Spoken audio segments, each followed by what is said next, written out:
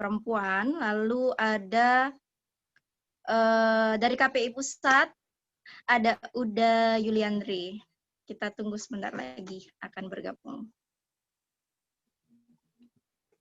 Sembari menunggu narasumber, bagi yang belum menonton film Tilik, mungkin bisa lihat dulu cuplikannya di YouTube. Jadi biar nanti ketika diskusi berjalan bisa langsung tune in nanti. Jangan sampai nanti ikuti diskusinya ternyata belum nonton. Jadi nanti bingung gitu. Jadi teman-teman yang belum menonton bisa lihat cuplikannya terlebih dahulu tentang film Tilik. Jadi nanti ketika sesi diskusi sedang berjalan, nanti tinggal menyampaikan pertanyaannya. Disiapkan dari sekarang, apa yang ingin ditanyakan, apa yang ingin didiskusikan, atau mungkin di-sharingkan. Kebetulan ada Uda Andre tadi yang saya sebutkan, beliau adalah komisioner KPI Pusat dan juga adalah produser film. Jadi bagi teman-teman yang jurusan komunikasi ini, terutama dari teman-teman di Untan, bisa nanti sharing-sharing dengan Uda Yuliandri.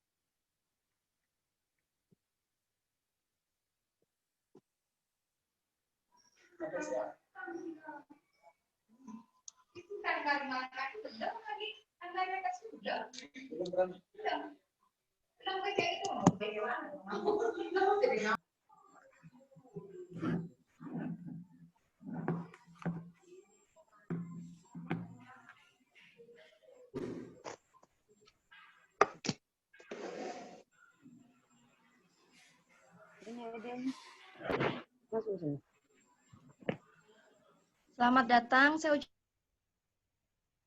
ucapkan kepada teman-teman yang baru bergabung. Kita tunggu beberapa menit lagi, menunggu narasumber bergabung.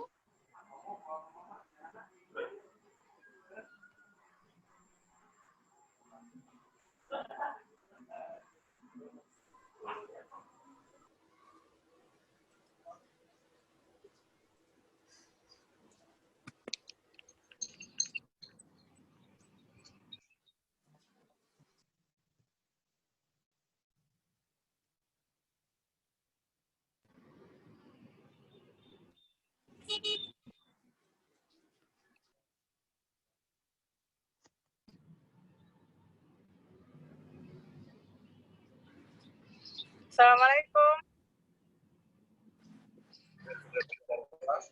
Maaf. Oke. Mbak Suci. Halo. Ya, halo. Ini saya panggilnya Mbak atau Kak nih? Apa aja boleh. Oke. Halo, Oke, Suci. selamat sore Mbak Suci. Sore Mbak Yayu. Sore semuanya. Oke.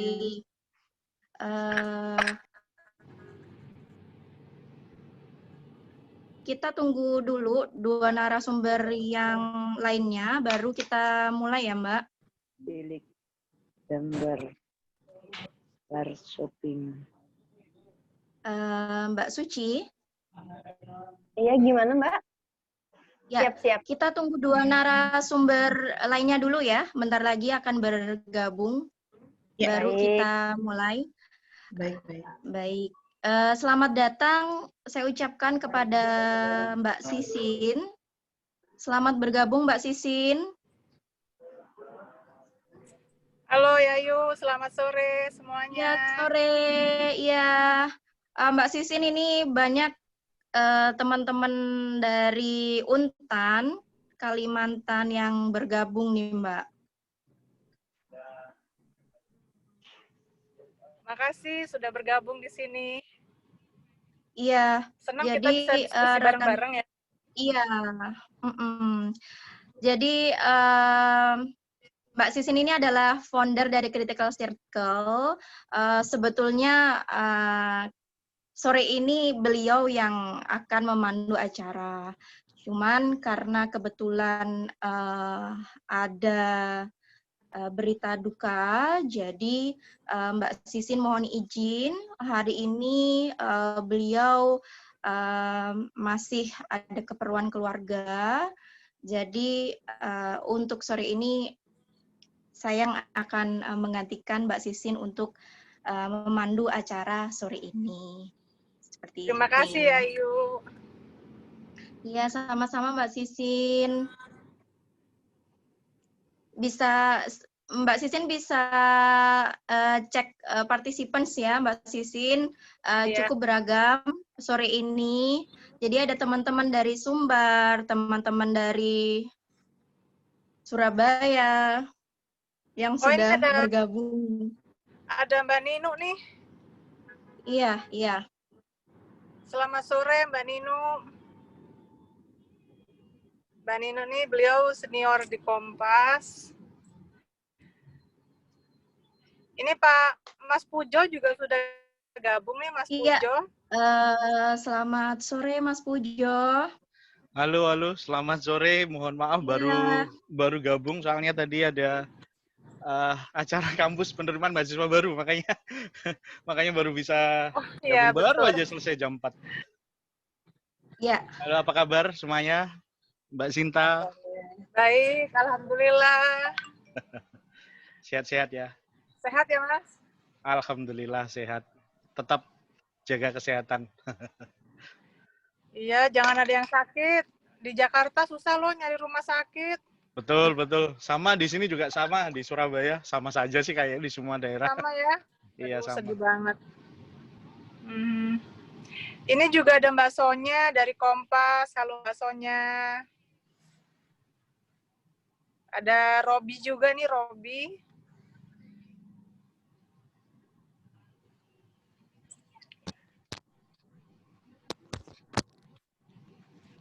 Selamat sore, terima kasih. Terima kasih Mbak Sonya udah gabung.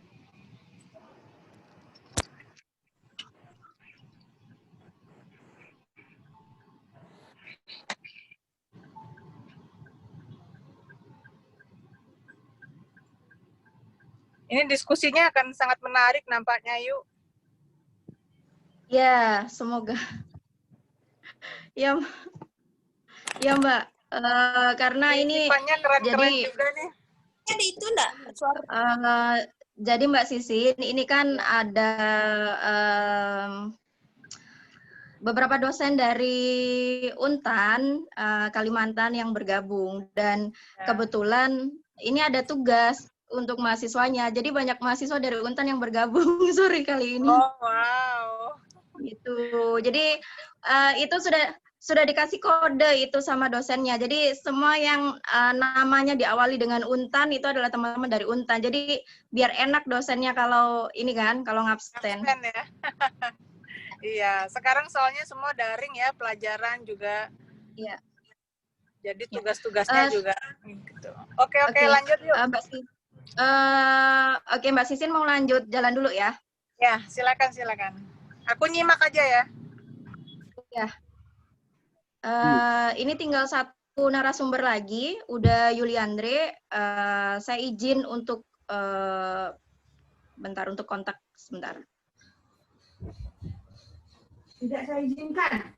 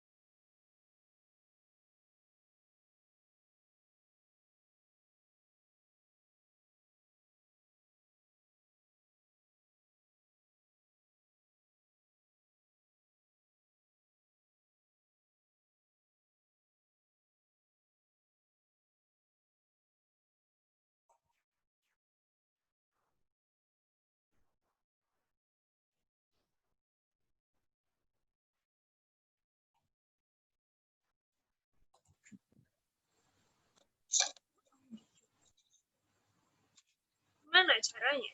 Jadi yang saya mau apa?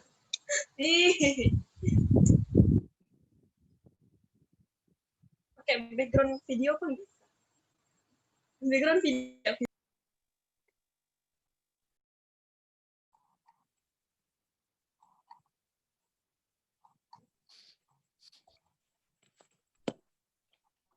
Assalamualaikum warahmatullahi wabarakatuh. Waalaikumsalam warahmatullahi wabarakatuh. Waalaikumsalam. Mas Pujo dan Mbak Suci, ini kan kita lagi coba hubungi Uda Yuliandre nih, sepertinya masih di jalan. Bagaimana kalau kita mulai terlebih dahulu? Bagaimana? Iya, Silakan, Mbak. silakan ya yuk. Boleh, boleh. Boleh, Bu Suci? Boleh, boleh. Silakan. Oke, sebentar. Baik, mohon izin saya mulai untuk diskusi kita sore kali ini. Assalamualaikum warahmatullahi wabarakatuh. Waalaikumsalam Selamat warahmatullahi sore wabarakatuh. rekan-rekan semuanya. Sekali lagi saya ucapkan terima kasih banyak kepada seluruh peserta yang sudah bergabung pada sore kali ini. Atas nama Critical Circle, kami mengucapkan terima kasih banyak karena sore ini tidak hanya dari Jakarta yang bergabung, tapi lintas pulau nih Mas Pujo dan Mbak Suci. Jadi mungkin saya informasikan, jadi di sini ada teman-teman dari Sumatera Barat, teman-teman mahasiswa dari Sumatera Barat, ada dari Payakumbuh, ada dari PSL, beberapa kabupaten dari Sumbar, lalu ada juga teman-teman dari Fakultas Ilmu Budaya Universitas Airlangga, baik rekan-rekan seangkatan ataupun mungkin ada mahasiswa dari Mas Pujo di sini. Jadi Mas Pujo ini adalah salah satu dosen saya zaman dahulu kala. Lalu ada juga teman-teman aktivis dari Jakarta. Lalu ada juga teman-teman dari NGO beberapa tadi sudah muncul. Lalu ada juga kakak-kakak senior dari perempuan parlemen, ada juga dari beberapa komunitas perempuan yang dari perempuan parlemen dari beberapa partai. Lalu ada juga beberapa akademisi, dosen muda. Lalu yang paling spesial nih, Mas Pujo dan Mbak Suci, ini ada rekan-rekan dari Untan, dari Pontianak, Kalimantan. Kebetulan kemarin sempat melakukan riset, Mas Pujo, tentang indeks kualitas program televisi itu. Jadi Untan adalah salah satu informan dari proyek penelitian. Nah, ini mengerahkan mahasiswanya untuk hadir dan berpartisipasi dalam agenda sore kali ini. Karena pasti bagi teman-teman komunikasi cukup akan menarik insya Allah nanti diskusinya, karena akan ada banyak berbicara tentang komunikasi publik, lalu ada political identity, dan banyak lainnya lagi kan yang nanti menarik. Nah, sembari kita menunggu Uda Yuliandre, jadi ada 3 narasumber yang sangat luar biasa pada sore kali ini. Yang pertama adalah Mas Pujo. Jadi meskipun dosen tapi saya manggilnya Mas ya, karena masih single ya Mas Pujo ya. Halo Mas Pujo. Iya, yuk. Ya ini sambil saya promosikan nih Mas Pujo ya. Oh gitu ya. Makasih loh Ya. sudah di-spill. Iya, sama-sama. Ini ada Mas Pujo, ini adalah dosen dari Fakultas Ilmu Budaya Universitas Erlangga. Kebetulan beliau dulu mengajar mata kuliah kajian sinema. Ya, terima kasih Mas Pujo sudah berkenan meluangkan waktu untuk berbagi ilmu. Sama-sama, saya kepada terima kita. kasih sudah diajak untuk ngobrol-ngobrol dengan orang-orang hebat yang ada di sini semuanya. Waduh, saya sampai nervous Iya. ini. Oh iya, saya juga nervous. Mas, ini Uda Yuliandre baru masuk nih. Assalamualaikum. Sebentar. Waalaikumsalam. Uda. Mohon maaf telat sholat asarnya nih. Oke. Oke, Uda, ini saya baru perkenalan aja nih, Uda. Ya, silakan Pak Yayu. Ya. Jadi saya ulang kembali nih, Uda. Jadi tadi udah saya sebutkan, jadi udah sore kali ini ada beberapa unsur nih dari partisipan sore ini. Ada banyak teman-teman NGO, jurnalis, perempuan parlemen, ada juga senior saya dari sebuah lembaga think tank juga ada di sini, cuman saya takut menyebutkan nama lembaganya. Ada juga teman-teman akademisi, dosen muda dari Surabaya banyak udah yang bergabung. Dari Sumbar nih udah, adik-adik udah nih banyak yang bergabung udah dari Sumbar, dari Pesel, Payakumbuh, banyak yang bergabung. Calon sineas ya. Dari Bandung juga ada. Nah, udah ini ada teman-teman dari Untan nih udah. Salah satu. Ya. Suara Mbak Yayu hilang, mohon maaf, kepencet kayaknya. Ya. Oh iya. Ada teman-teman dari Untan udah, jadi kebetulan banyak mahasiswa dari jurusan komunikasi yang diberikan tugas untuk menonton diskusi dari analisis film Tilik sore ini udah, seperti itu. Baik. Saya ini udah untuk narsum. Untuk narsum ini ada 3 narasumber, tadi sudah saya sebutkan, ada Mas Pujo, beliau adalah dosen dari Fakultas Ilmu Budaya. Lalu ada Mbak Suci, ini dari Solidaritas Perempuan UDA. Jadi nanti Mas Pujo akan membahas tentang analisis film ini dalam dari perspektif akademis.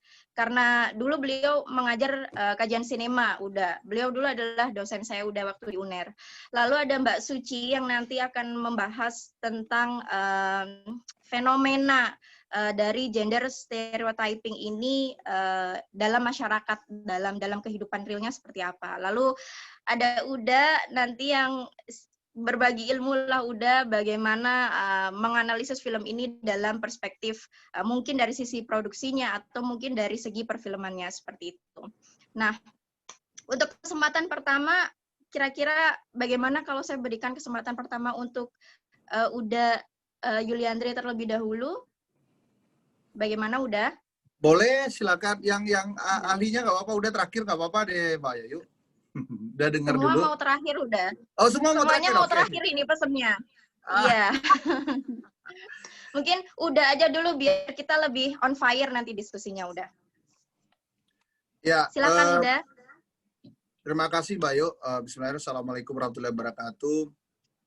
Bapak Ibu yang saya hormati, mungkin lebih banyak kaum ibunya karena ini bicara tentang sebuah gender wanita ya. Dan saya apresiasi sekali bisa sharing dalam kondisi ini. Mungkin kemarin Mbak Yayu bicara tentang capacity sebagai yang juga mungkin pernah memproduksi film. Kita lihat ada kondisi bahwa hari ini terjadi perubahan-perubahan yang dianggap apa ya secara menyeluruh di industri kreatif khususnya dalam hal perfilman. Dan sebenarnya salah satu kekuatan dari film itu memang bagaimana mengantarkan suatu pesan ya atau value terhadap apapun yang kita ceritakan.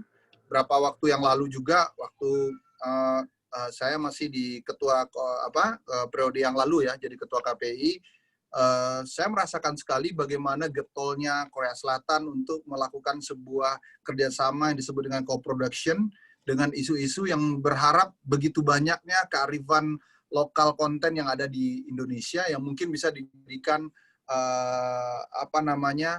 substansi yang mungkin bisa menjadi skrip dari sebuah nalar-nalar baru di perkembangan industri konten khususnya di perfilman. Dan kita lihat hari ini ternyata gigantik perkembangan dari sebuah Korea Selatan cukup bikin fenomenal, bahkan imajinasinya pun kadang-kadang di luar pikiran kita. Karena mungkin mereka agak sedikit dalam kondisi sebuah konten warna-warni ataupun culture mereka, akhirnya mereka membutuhkan sebuah daya serap dari kebudayaan-kebudayaan lain. Saya pikir Indonesia mempunyai ruang baru untuk hal ini, sehingga mereka selalu memaksa. Saya masih ingat 2016 diminta untuk kerjasama co-production menjadi ketua KPI waktu itu, karena KPI-nya Korea Selatan itu selalu menggawangi bagaimana membantu industrinya bertumbuh kembang. Nah, ini hebatnya pemerintah Korea Selatan karena concern dalam hal ini. Dan kemudian 2017 juga sama 2018. Sampai pun 2019. Biasanya 2020 mereka juga ngundang itu. Bahkan mengundangnya nggak main-main, mereka kasih fasilitas yang begitu lengkap. Intinya sederhana, mereka pengen mengambil suatu pesan ataupun konten daripada kita, terlepas konten mereka itu sebenarnya sudah sukses. Euforia ini juga kita lihat juga ketika perkembangan industrinya pun bertumbuh, tiba-tiba mendapatkan Oscar ya di tahun lalu, yaitu Parasite, dan kita tahu sekali bahwa kondisi itu film mereka sudah diakui dunia. Nah, kembali ke kondisi kekinian di Indonesia hari ini. Kemarin saya sempat membuat suatu konsep YouTube channel dengan konten para pakar ya, termasuk kemarin saya bicara tentang seorang Mandat Punjabi, dan kita diskusi panjang lah karena saya beranggap ini tokoh atau orang selalu berpikir kreatif ketika kondisi seperti hari ini pun mereka juga harus memproduksi konten. Saya tanya, apa sih andalan dari konten-konten di Indonesia? Memang kemiskinan kemiskinan daya pikir, kemudian daya juang untuk menerasikan sebuah skrip terjadi di Indonesia. Sehingga banyak sekali skrip-skrip itu kadang-kadang yang muncul, ya mohon maaf, seperti dulu, kemudian di copy-paste. Tidak ada rasa originalitas di sana. Sehingga membuat situasi itu, para sineas-sineas pun melirik yang namanya novel, melirik yang namanya cerita-cerita yang dianggap fenomenal seperti Wattpad. Saya masih ingat banget, saya produksi film, akhirnya saya join sama Mandat Punjabi, sama MD. Nama film saya itu dulu Revan dan Reina. Nah, itu adalah trending topiknya ketika Wattpad pembacanya sudah 9 juta, yang penciptanya adalah Kristabella, dan setelah Dear Nathan waktu itu. Karena saya melihat sampling, apakah ada korelasi nggak buku yang banyak atau pembaca yang banyak itu bisa menimbulkan penonton yang tinggi di dunia industri perfilman. Ternyata Dirnatan sukses, penembus filmnya tembus di angka 1 juta. Banyak lagi fenomena-fenomena konten yang diciptakan oleh novel yang kemudian diciptakan menjadi sebuah film. Hari ini tentu itu adalah imajinasi anak muda. Ketika ada film-film baru seperti Dilan, saya tahu banget awalnya bagaimana Dilan itu kemudian dijadikan sebuah film. Banyak hal saya diskusi dengan Kang Pidi Baik. Memang permasalahannya memang harus ada keunikan dalam sebuah konten. Nah, hari ini ternyata kita pun kena terpa dalam sebuah industri kreatif konten ketika ada posisi film tilik yang mungkin sampai sadar kita menyatakan ini nggak mungkin lah orang nonton film yang kira-kira short movie kira-kira bisa hanya 30 menit tapi menghasilkan sebuah penonton yang dulu awalnya masih 8 juta, sekarang sudah 20 juta lebih. Bayangkan, ini orang berarti nonton loh, dan YouTube itu kan ada parameternya begitu. Ada apa dengan disrupsi? Apakah ada disrupsi penonton juga begitu? Bukan hanya teknologi, tapi penonton juga berubah. Ketika kondisi pandemi hari ini ternyata terjadi sebuah semangat orang membutuhkan pengetahuan dengan sebuah konten yang bernama salah satunya film. Dan kemudian muncul lagi ideologi-ideologi yang mungkin salah satu bahan yang kita diskusikan pada sore hari ini, masalah perempuan, kemudian bagaimana dalam film tilik itu melogikakan begitu banyak sebenarnya perempuan, dan tiba-tiba ini menjadi segmen khusus, dan ternyata ini menjadi sesuatu yang menarik. Hal inilah mungkin yang menjadi highlight ya dalam diskusi kita pada sore hari ini. Pandangan saya sebagai pernah jadi masih jadi regulator dan juga praktisi, saya berharap memang hal-hal yang inilah yang harus disupport. Jadi tidak harus kita menghasilkan sebuah angka yang besar untuk menghasilkan karya yang besar.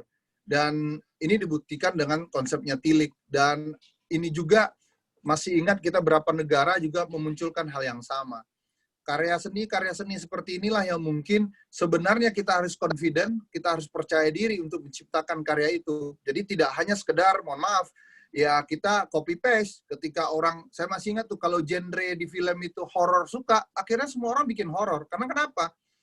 Di bioskop itu kan logikanya kan bisnis ya. Ketika jadi industri, kalau saya masih ingat ketika film saya laku, satu tiket itu 20.000 untuk production house untuk kita. Jadi kalau 1 juta penonton menghasilkan duit kurang lebih ya bisa dihitung sekitar 20 miliar. Nah, kalau misalnya 6 juta penonton ya sekitar 120 miliar, dan ternyata dalam industri kreatif ini besar juga ya. Tapi besar juga risikonya. Banyak film saya juga flop. Saya cerita juga MD juga Pak Manot juga hal yang sama menurut saya. Dia bikin di bawah lindungan Ka'bah katanya filmnya 25 miliar tapi nggak dapat apa-apa.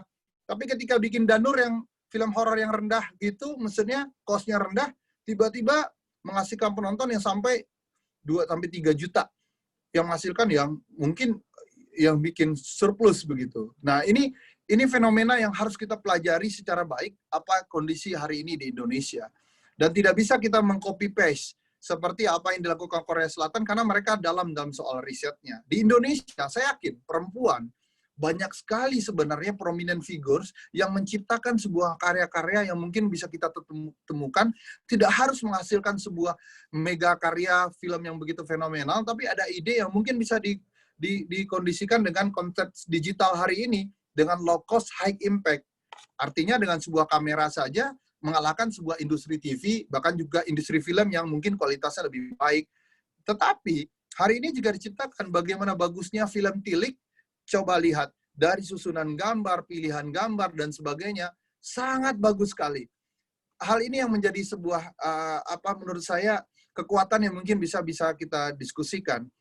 Mungkin di sini juga ada Mbak Lena ya, yang mungkin pimpinan koalisi perempuan. Saya pikir ini banyak ide yang mungkin bisa digabungkan sehingga menghasilkan sebuah karya-karya yang saya pikir bisa mendapat nilai atau value khusus terhadap perkembangan industri yang ada di Indonesia saat ini. Mungkin sebagai highlight-nya mungkin itu Mbak Yayu, lebih lanjutnya mungkin kita bisa sharing bareng nih, di sini banyak tokoh juga mungkin dari segi empirik, akademisnya. Kalau saya mungkin banyak secara praktisi sebagai produser dan juga pernah merasakan sebagai sampai hari ini sebagai regulator juga dalam situasi hari ini.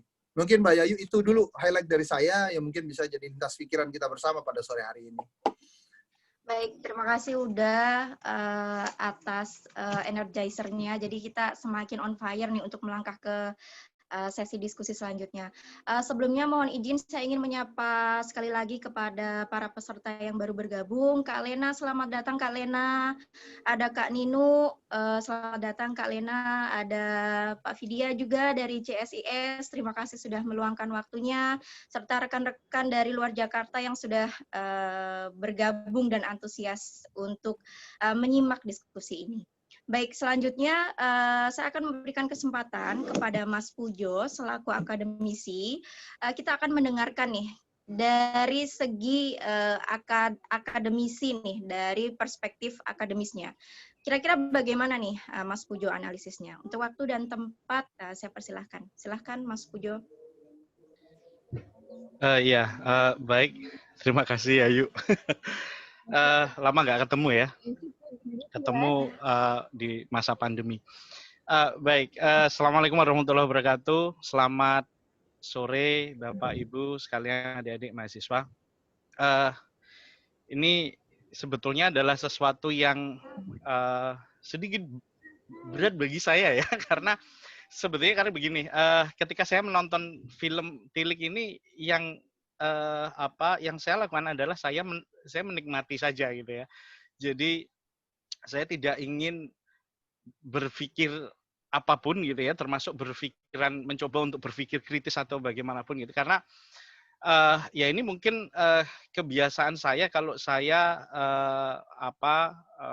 menonton film-film pendek atau mungkin film-film indie, terutama dari yang dihasilkan oleh teman-teman mahasiswa. Karena ya harus kita akui bahwa film-film, terutama film indie ya, itu kan memang tidak bisa disejajarkan gitu dengan film-film yang memang diproduksi oleh production house yang besar, apalagi misalnya yang mega production house seperti yang di Hollywood dan seterusnya gitu ya. Nah, maka ketika kemudian Mbak Yayu ini menghubungi saya kemudian Mas coba dong ini dong ngobrolin film Tili dong. Nah ini saya jadi gimana nih, kayak wake up call gitu ya.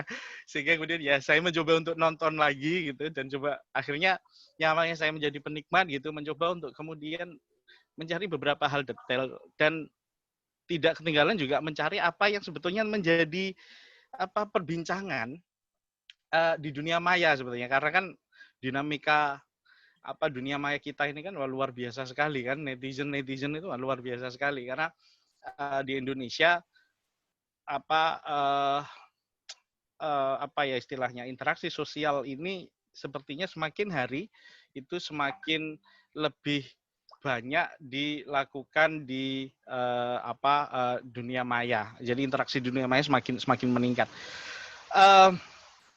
Dan saya menemukan banyak hal yang menarik karena ternyata film ini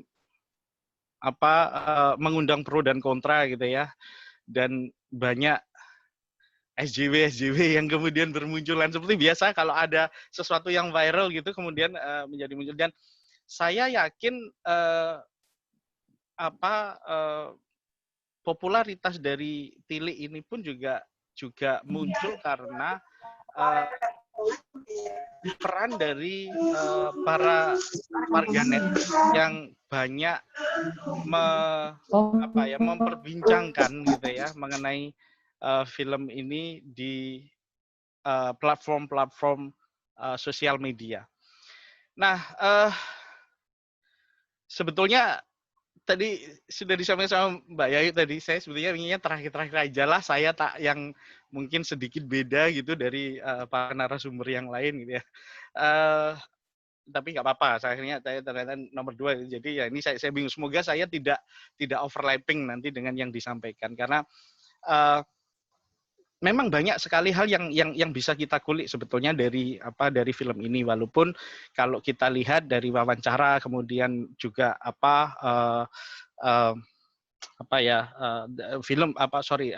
dokumenter behind the scene dan lain sebagainya yang menampilkan para filmmakers ini, menurut mereka ini kan lahirnya menurut mereka ide film ini itu kan lahirnya dari sesuatu yang sangat simpel, yaitu keprihatinan mereka terhadap kondisi di dunia maya kita gitu kan, new media kita. Itu menurut para direkturnya dan juga produsernya. Tapi kemudian ternyata hal yang lebih sederhana lagi muncul dari scriptwriter-nya, dari writer-nya, yang menurut dia adalah sebetulnya dia hanya melihat apa kesehariannya dia kan gitu kan. Nah, ini sesuatu yang menarik sebetulnya, bahwa ternyata kita bisa kok. Tadi saya menyambung dengan yang disampaikan oleh Mas Juliandri tadi, bahwa ternyata kita ini memiliki keunikan yang sangat luar biasa, yang bahkan sebetulnya jika kita mampu mengemas sesuatu yang diangkat dari keseharian kita sebetulnya, ternyata juga bisa menarik dan bisa dinikmati, kan seperti itu. Artinya sebetulnya kita tidak perlu istilahnya tidak perlu berkecil hati gitu kan atas industri, karena kita menyimpan potensi yang sangat luar biasa. Dan saya yakin dengan banyaknya anak-anak muda yang hadir hari ini gitu ya, saya yakin sebetulnya kita potensi itu jauh lebih besar lagi kan gitu kan. Kita tinggal menunggu saja siapa di antara kita, adik-adik mahasiswa kita ini yang kemudian bisa mengangkat cerita-cerita yang sepertinya sepele tapi kemudian tiba-tiba menjadi sesuatu yang besar. Nah, baik. Saya mungkin mulai saja dari untuk membicarakan ini. Nah, ini sekali lagi ini saya bingung nih mau mulainya seperti apa. Tapi begini, saya mulai saja dari apa yang terjadi di dunia maya deh. Ini kan banyak sekali pro kontra, banyak sekali kemudian pendapat-pendapat mulai dari yang sangat ahli gitu ya, para sineas juga, para penulis juga dan seterusnya, sampai kemudian dari orang-orang yang biasa yang nggak tahu apa-apa kan gitu ya. Artinya tidak memiliki pengetahuan yang spesifik terhadap filmmaking. Dan luar biasa sekali perdebatannya. Mungkin saya berusaha untuk tidak terjebak dalam perdebatan itu antara ini bagaimana dan seterusnya gitu ya. Mungkin saya nggak tahu apakah nanti mungkin bisa muncul di sesi tanya jawab kita, sesi diskusi kita mungkin terkait dengan apa ini. Tapi saya hanya ingin mencoba untuk melihat film ini dari dengan menggunakan kacamata husnudzon saja. Jadi saya berusaha untuk berprasangka baik saja. Karena gini, yang seperti ini kan jarang sekali gitu ya. Tadi sudah disampaikan sama Mas Juliandri tadi kan kok bisa gitu kan film pendek seperti ini ternyata menjadi booming. Maka saya anggap ini adalah sebuah pencapaian anak-anak muda yang sekali lagi berawal dari sebuah ide yang sangat sederhana. Terlepas dari kemudian ketika kita mengaplikasikan perspektif-perspektif kritis kita sampai kemudian bisa menggali representasi dan seterusnya sehingga kemudian muncul kesimpulan-kesimpulan yang akhirnya kemudian menjadi perdebatan di dunia maya sana, ya itu hal yang lain ini. Tapi saya ingin melihat ini dari segi yang seperti saya nikmati ketika saya melihat film ini yang pertama kali pada waktu itu. Yang pertama mungkin jelas adalah ketika film ini di detik-detik awal gitu ya, ini kan langsung muncul dialog Jawanya kan gitu. Saya sebagai orang Jawa tentu saja siapapun mungkin ya yang merasa bagian dari dari etnis tertentu gitu, ketika kemudian part atau bagian dari identitas etnis tersebut kemudian muncul ke media, itu kan kemudian ada semacam kayak ada rasa gimana kan gitu kan. Sama ketika saya melihat ini, saya kok pakai bahasa Jawa nih kan gitu. Walaupun saya tahu dari judulnya. Nah, yang menarik perhatian saya adalah film ini diawali oleh gambar dari istilahnya dari kegelapan gitu ya, kemudian muncul gambar truk dan di dalamnya ada berbagai suara-suara yang sepertinya itu adalah dialog dari kita langsung bisa mengasumsikan bahwa itu sepertinya dari orang yang ada di dalam truk itu.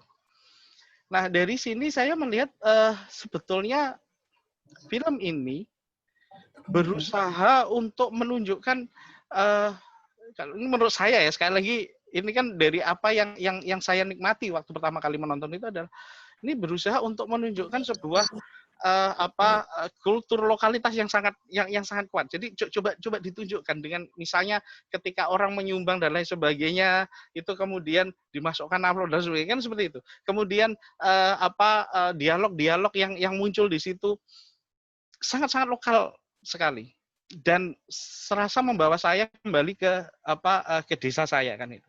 Nah, setelah kemudian lanjut, kemudian saya melihat ternyata di sini ternyata ada sebuah truk, kemudian di dalamnya ada ibu-ibu dan seterusnya. Dan setelah beberapa saat kemudian saya memahami bahwa ternyata secara naratif film ini berusaha untuk menceritakan tentang bagaimana ibu-ibu, kumpulan ibu-ibu itu yang naik kendaraan umum, ada kutip gitu ya, karena di beberapa daerah konon katanya truk itu adalah kendaraan umum sehingga siapapun termasuk di desa saya mungkin 10 tahun yang lalu itu kalau misalnya lagi jalan atau lagi apa gitu kemudian ada truk lewat ya coba akan dihentikan. Jadi istilahnya itu numpang kan seperti itu. Karena dianggap kendaraan umum, dia bisa ngangkut apa saja sebelum ada peraturan pemerintah itu. Nah, ibu-ibu yang berada di angkutan umum dan mereka sedang menuju ke sebuah rumah sakit mau membesuk Bu Lurah. Di sini saya melihat bahwa ada sebuah penggambaran bagaimana secara natural sebetulnya masyarakat kita itu adalah masyarakat yang komunal kan gitu, seperti itu. Mereka, karena saya yakin hal yang seperti ini mungkin tidak ditemukan di negara lain kan gitu kan. Ini hanya ada di Indonesia kan. Nah, dari situ saya melihat bahwa film ini menjadi menarik karena sekali lagi apa yang ditampilkan itu tidak jauh dari keseharian kita. Kita tidak perlu berpikiran, kita tidak perlu membayangkan seperti kita membayangkan misalnya dari logam apakah perisainya Captain America seperti itu kan, seberapa kerasnya itu. Tidak, tapi kita rileks saja. Nah, dari apa yang saya lihat itu, saya justru melihat film ini sebagai sebuah usaha yang sebetulnya tidak neko-neko gitu ya. Hanya dengan hal-hal yang sederhana, tapi berusaha untuk mengangkat sesuatu yang mungkin lebih berat yang kemudian ditunjukkan pada scene-scene berikutnya. Baik. Hal yang menarik bagi saya lagi juga, sorry Mbak Yayu, saya waktunya berapa menit Mbak Yayu ya? Saya takutnya kelamaan. 5 menit lagi boleh? Oh, 5 menit lagi, oke. Saya cepatkan saja. Mungkin kita bisa berdiskusi. Tapi intinya begini, saya hanya ingin menggarisbawahi saja. Di dalam film ini sebetulnya ada hal yang menarik yang terkait dengan simbolisasi dan lain sebagainya. Kan misalnya dari hal yang mungkin bagi kita ini adalah sesuatu yang mungkin bisa terlewatkan begitu saja, terutama bagi mereka-mereka yang mungkin tidak istilahnya tidak berada pada lingkungan kultur yang seperti itu. Contohnya adalah begini, ini yang langsung ketika ini muncul gitu langsung saya, kok gitu kan? Saya lupa mencatat menitnya, tapi ketika saya tidak melihat Butejonya ya, karena ini pasti nanti Bapak Ibu semuanya sudah tahu dan perdebatan di dunia maya sana sudah sangat ini. Tapi saya fokus ke hal ini. Ketika misalnya Butejo dengan semua pengetahuan asumsinya gitu ya, dia mengatakan tentang si A itu begini, si Dian itu begini dan seterusnya. Tiba-tiba di situ di tengah-tengah ada yang kemudian mabuk kan kayak gitu ya, mau muntah kan gitu. Terus kemudian setelah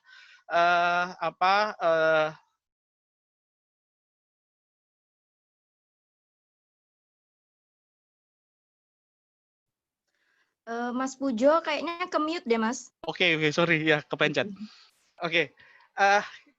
Ketika ada yang mabuk dan yang lainnya menolong, terus kemudian ada celetukan dari ibu-ibu yang ada di dalam truk itu, yang dia mengatakan, walah yuyu, ini kalau nggak salah ya, walah yuyu, arep golek padanging hawa malah mutah kan itu. Arti kalau dalam bahasa Indonesia kurang lebih mau nyari padanging hawa itu kayak semacam mau nyari udara yang udara luar gitu ya, kok malah mabuk. Pertanyaan saya pada waktu itu sebetulnya adalah sebenarnya begini, itu menjadi menarik karena phrase itu juga sering diucapkan oleh orang-orang di daerah saya gitu. Saya tinggal di Madiun, menghabiskan masa kecil saya di Madiun, dan mungkin secara kultural ada kedekatan itu, dan itu hanya diucapkan biasanya adalah oleh ibu-ibu yang dia pekerjaan utamanya itu adalah mengurusi rumah tangga. Padahal Howo di sini saya melihat itu sebagai sesuatu yang menarik karena seakan-akan ibu-ibu ini merasakan sesuatu yang luar biasa ketika mereka bisa keluar dari rumah. Kan kita bisa kemudian pada pertanyaan bisa jadi sampai pada pertanyaan, loh ada apa sih sebetulnya dengan mereka ini di rumah kan gitu kan? Ada apa dengan kehidupan domestik mereka kan gitu? Sehingga mereka merasa kayak ke kota itu adalah sesuatu yang kayak semacam liburan bagi mereka gitu kan, sama excitement-nya. Makanya ketika kemudian mereka tidak jadi ketemu atau tidak jadi besuk, bertemu dengan Bu Lurah, mereka malah ke pasar besar kan kayak gitu kan, ke pasar gede. Di subtitlenya disebut pasar Beringharjo. Nah, ini adalah menjadi menarik yang sebetulnya ini kita bisa diskusikan lebih lanjut. Terus kemudian yang muncul di pertanyaan saya dari juga ini, dan itu saya nggak tahu ya ini jawabannya apa. Truk ini kan menarik sekali kan gitu kan, karena saya pikir setting tempat dan waktu dari film ini adalah setting tempat dan waktu yang ada di antah berantah, artinya merupakan total imagination kan gitu kan, imajinasi total. Tapi kan ternyata tidak. Kenapa saya sempat mikir itu karena gini, kok truk ya? Padahal kan ada aturan dari pemerintah yang begini-begini kan kayak gitu. Karena kalau itu adalah sebuah dunia rekaan khayalan gitu, artinya tidak ada referensi ke dunia nyata, mungkin ya itu terjadi kan kayak gitu ya. Maksudnya itu bisa terjadi. Tapi ternyata di film ini ditujukan bahwa mereka sempat diberhentikan oleh polisi dan lain sebagainya. Artinya apa? Referensi mereka adalah dunia nyata. Ingat, referensi, belum tentu itu menunjukkan realitas. Karena kan yang saya lihat ada perdebatan, ini realitas atau bukan kan seperti itu. Secara teoritis itu juga perdebatan juga kan kayak gitu. Tapi di sini yang menarik adalah ketika kemudian truk, kenapa kok kemudian tidak yang lain? Dan di situ pun juga kemudian sempat disinggung, kenapa nggak pakai bis? Oh, bisnya nggak bisa karena keluar semua, makanya kita pakai truk. Artinya kan ada sign tertentu, ada sebuah simbolisasi tertentu yang mungkin, nanti mungkin bisa kita diskusikan gitu kan, karena waktu saya yang terbatas. Terus yang terakhir, mungkin sebenarnya masih ada beberapa poin lagi, tapi saya langsung yang terakhir saja.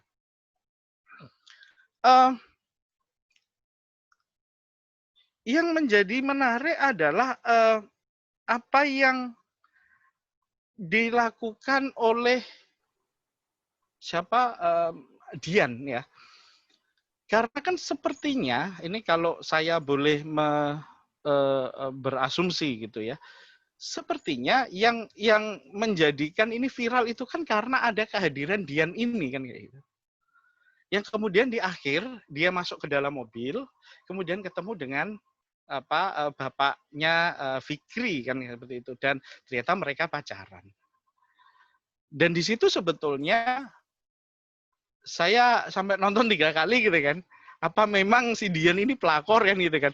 Ternyata saya sih tidak menemukan ada itu, tapi kan yang kemudian ini kan di luar di masyarakat kita ini kan yang kemudian dipermasalahkan adalah itu. Dan bagi saya ini menarik yang mungkin nanti bisa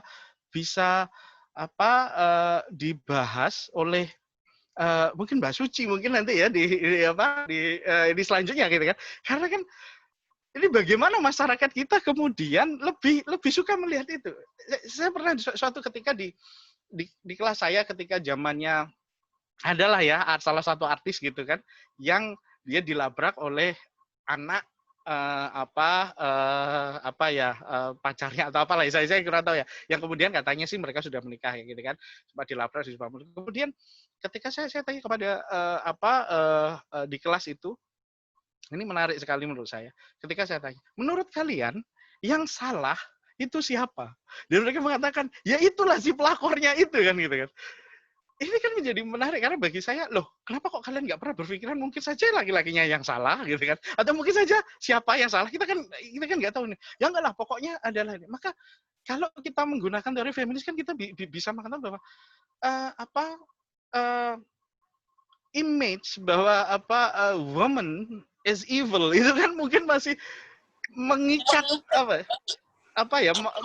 masih berakar kuat kepada masyarakat kita, termasuk tidak hanya pada laki-laki tapi juga bahkan mungkin adalah para perempuan kan kayak gitu.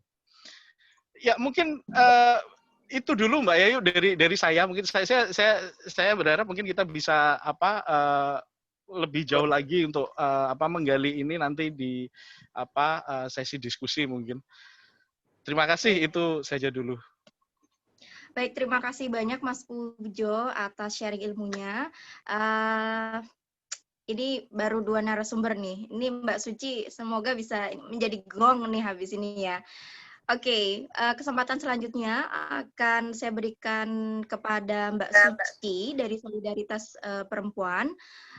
Jadi setelah tadi kita tahu dari perspektif produksi atau perfilman seperti apa, lalu dari perspektif akademisnya juga seperti apa. Nah, kira-kira nih Mbak Suci, ketika kita nih masyarakat umum mengkonsumsi film seperti itu, yang mungkin bagi sebagian orang itu mengandung gender stereotyping dalam tanda kutip, ini bagaimana nih Mbak, dampaknya bagi kita nih perempuan dalam kehidupan sehari-hari ini kira-kira berdampak atau tidak?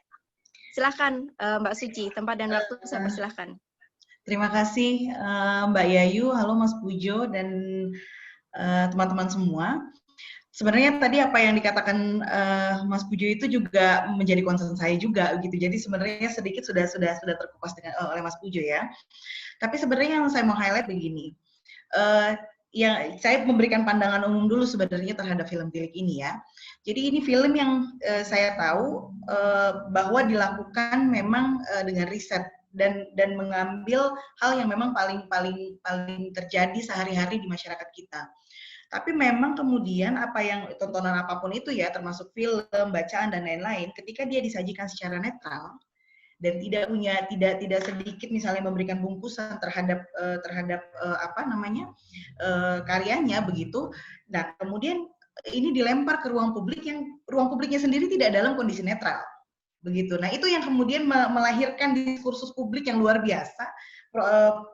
Terjadi polarisasi pro dan kontra yang publik sendiri juga ya kita tahu dalam beberapa studi memang mengatakan bahwa ketika terjadi pro kontra di dalam khususnya di media sosial itu justru tidak memberikan efek apa-apa gitu kecuali kita mengukuhkan argumentasi kita sebagai pro atau sebagai kontra. Jadi bukan kemudian mengubah cara pandang orang gitu. Nah, dalam film ini karena memang tadi ada ruang kosong yang bukan ini ruang publik ini bukan ruang kosong yang netral. Jadi artinya pandangan ini juga bergulir terus begitu. Ditambah lagi memang ada cara pandang yang ya kita tahu sangat patriarkis, yang mapan, yang kemudian yang diyakini oleh kita semua sebagai akar dari penindasan ketidakadilan terhadap perempuan. Jadi ini implikasinya sangat panjang terhadap bagaimana perempuan dilihat dalam masyarakat. Begitu ya. Nah, terlepas dari pro kontra yang ada, saya sebenarnya mau meng-highlight soal cara tutur, karakter tutur perempuan. Nah, inilah kenapa kemudian saya, kalau tadi Mas Pujo memang agak lebih banyak mengulik soal kultur-kultur yang memang terjadi di masyarakat, saya justru mau meng-highlight kenapa sih Ibu Tejo ini bisa viral. Begitu. Karena memang banyak sekali cara tutur begitu kan cara tutur yang lucu. Sebenarnya ya, siapa yang tidak mengakui Ibu Tejo itu lucu dengan ciri khasnya seperti itu. Begitu. Tapi di sisi lain kenapa perempuan yang dalam tanda kutip dikatakan sebagai tukang bergosip, ini kan sebenarnya maksudnya adalah isi pembicaraannya minim substansi, begitu. Bukan hal yang yang substansinya tuh tinggi begitu. Ya karena sehari-hari kemudian menggosip itu sebenarnya terjadi karena memang pembatasan akses dan kontrol perempuan terhadap ruang aktualisasi dirinya. Begitu. Jadi ketika pun itu ditangkap, nah perempuan-perempuan khususnya dalam karakteristik pedesaan yang memang akses terhadap banyak informasi dan juga pendidikan terbatas, ditambah lagi ketika misalnya perempuan kemudian bisa mengaktualisasi diri dengan baik, kemudian bertutur dengan substansi yang cukup, yang cukup baik. Gitu. Apa dia? Proses pelekatan terhadap perempuan dengan entitas lain di luar dirinya itu juga terjadi begitu. Ketika misalnya Bu Tejo melakukan lobby-lobby yang dibilang suaminya mau mencalonkan diri sebagai Pak Lurah. Nah, Bu Tejo ini kan bekerja sebagai agennya suaminya, yang memang pelekatan itu kemudian terjadi begitu. Nah, situasi-situasi seperti ini yang menurut saya terjadi di masyarakat. Nah, tapi jangan lupa tutur perempuan itu juga mengandung kekuatan. Kuasa perempuan ada di situ.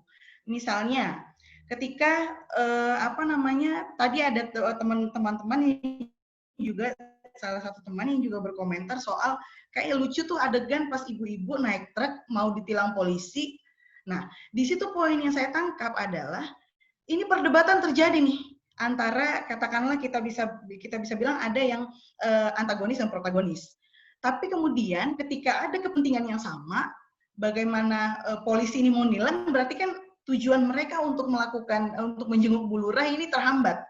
Nah, kepentingan individu itu dikesampingkan dulu untuk bagaimana mereka secara kolektif bergerak dengan caranya sendiri, dengan kekhasan perempuan-perempuan di pedesaan, itu untuk membuat gimana caranya truk itu bisa jalan tanpa ditilang. Gitu. Truk itu nggak boleh ditilang gitu. Jadi didorong bareng-bareng, polisinya dikasih jajanan berkantong-kantong sampai polisinya bingung gitu. Itu sebenarnya ada cara kolektif perempuan yang sampai hari ini pun itu masih terjadi begitu di banyak konteks begitu. Nah, kemudian di masyarakat kita ini kecenderungannya adalah lebih meng-highlight sosok-sosok seperti Ibu Tejo yang dianggap lucu, yang dianggap mengalir begitu saja, tapi lupa bahwa sebenarnya tutur perempuan itu tadi mengandung kekuatan, kemudian juga ada berkontribusi secara luar biasa dalam konteks reproduksi sosial. Bagaimana pengetahuan itu diturunkan. Saya pernah menulis satu buletin yang melihat interaksi perempuan di dalam pasar tradisional yang itu didokumentasikan secara baik oleh jenderal-jenderal Belanda dalam buku hariannya. Begitu. Mereka mengatakan bahwa pasar tradisional itu memang interaksi perempuan terjadi. Tawar-menawar pun itu adalah satu seni yang keluar secara genuin dari perempuan. Nah, ketika itu terjadi, bukan cuma sekedar persoalan ekonominya yang dibahas, tapi ada pertukaran pengetahuan, pertukaran pengalaman, sehingga ini menjadi satu yang kita bisa sebut sebagai pengetahuan kolektif masyarakat. Begitu. Nah, jadi kontribusi-kontribusi ini justru yang tidak banyak dilihat. Jadi hanya sosok-sosok yang hanya output yang lucu-lucu, the power of emak-emak, gitu, Ibu Tejo dan lain-lain, itu yang kemudian banyak di-highlight di masyarakat kita.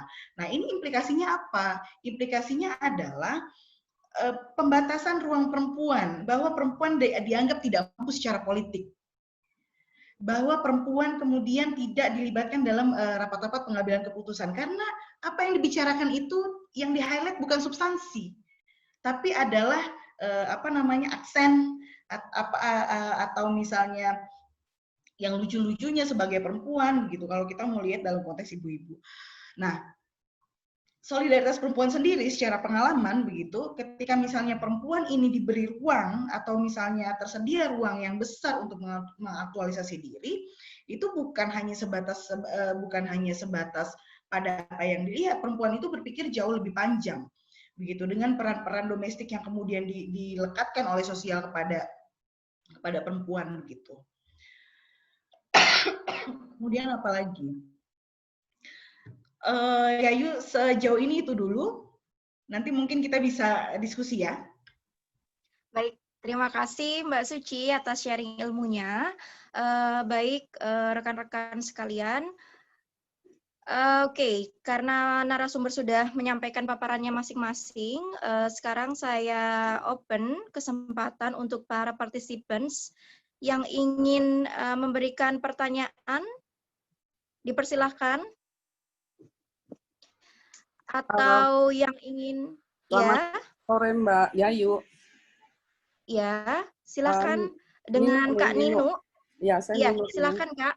Ya, terima kasih Mbak Yayu. Terima kasih juga buat para narasumber yang sudah memberikan pandangannya gitu ya. Tadi ada Mas Yuliandre, Mas Pujo, Mbak Suci. Saya rasa menarik ya dari pandangan masing-masing gitu. Dan saya sepakat sih bahwa ini adalah sesuatu yang sehari-hari. Tapi saya memang walaupun saya melihatnya ini benar tadi seperti yang dibilang Mbak Suci, ini adalah perempuan yang lucu sehari-hari dan sebagainya. Tapi saya juga menangkap ada sesuatu yang hilang ya dari tampilan yang itu gitu ya, dari tampilan di tilik itu, yaitu adalah bahwa betul bahwa perempuan itu digambarkan ya udah cocok dengan hal yang remeh-temeh begitu. Bicaranya tuh yang remeh-temeh, benar bukan sesuatu yang substansial. Padahal kekuatan perempuan itu adalah barangkali ya memang cara berkomunikasinya tuh ya seperti itu. Kalau sempat baca tulisan juga di Harian Kompas, saya dari Kompas ya, saya redaktur senior di Kompas. Kalau sempat membaca di wartawan Kompas itu di situ disebut bahwa memang kemampuan bahasa perempuan itu biasanya Kak, kalau laki-laki ada di otak bagian kiri, kalau perempuan tuh ada di kiri dan kanan, sehingga keterampilan berbicara perempuan itu memang lebih bagus lah ya untuk mengungkapkan perasaannya begitu. Tapi justru kekuatan itu tidak muncul di dalam tilik tadi. Yang muncul adalah yang remeh-temeh. Akibatnya yaitu tadi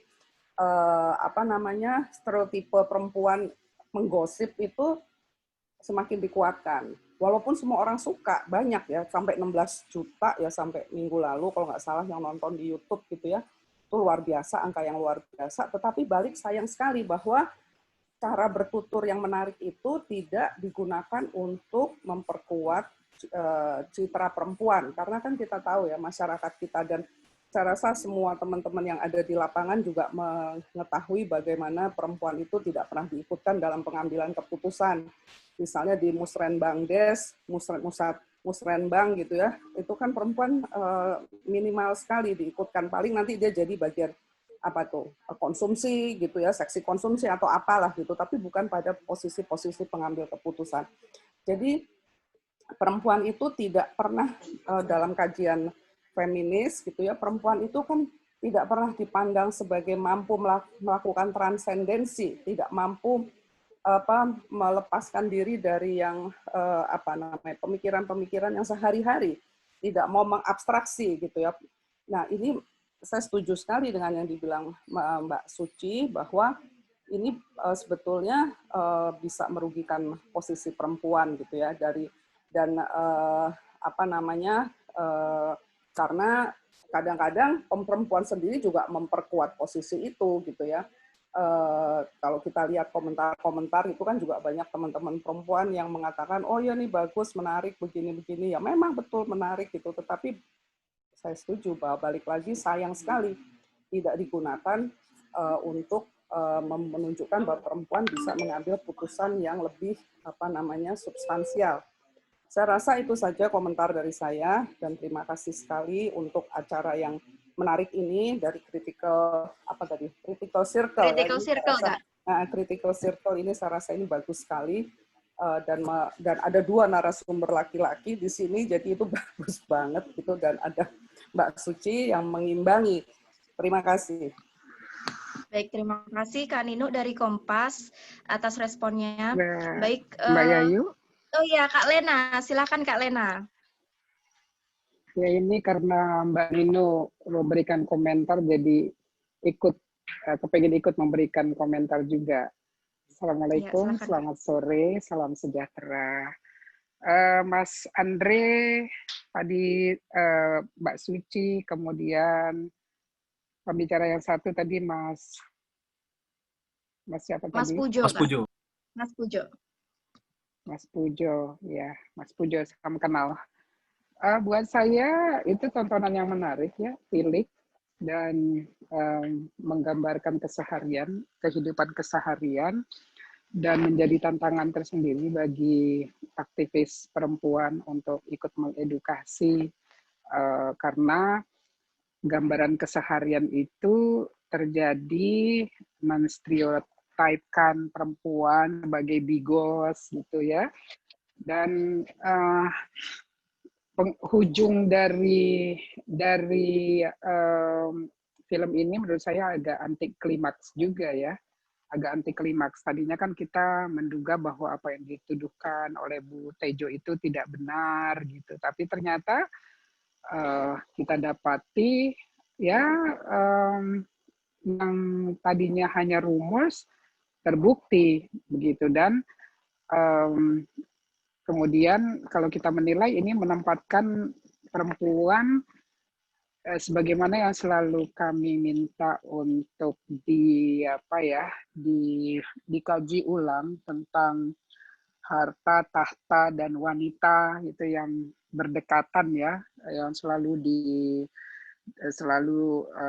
ada gium yang selalu dilontarkan, kemudian kasur, sumur, dapur, itu sesungguhnya stereotip yang menjadi tantangan kita sendiri untuk mengedukasi publik. Saya tadinya berharap bahwa film Tilik ini mengandung edukasi karena kita tahu kekuatan dari media sosial seperti Mbak Nino sampaikan, dalam waktu singkat 16 juta disaksikan oleh publik, dan ini ada tanggung jawab dari pembuat film yang pasti akan masuk ke ruang publik ya, Mbak Suci, dan ruang publik dimanapun itu tidak netral pastinya ya, di belahan dunia manapun, sehingga ada tanggung jawab dari pembuat film mestinya meskipun mengangkat apa yang menjadi keseharian di masyarakat, tetapi juga harusnya menitipkan pesan-pesan yang edukatif begitu. Jadi mudah-mudahan nanti ada muncul film jawaban dari Tilik ya, yang merupakan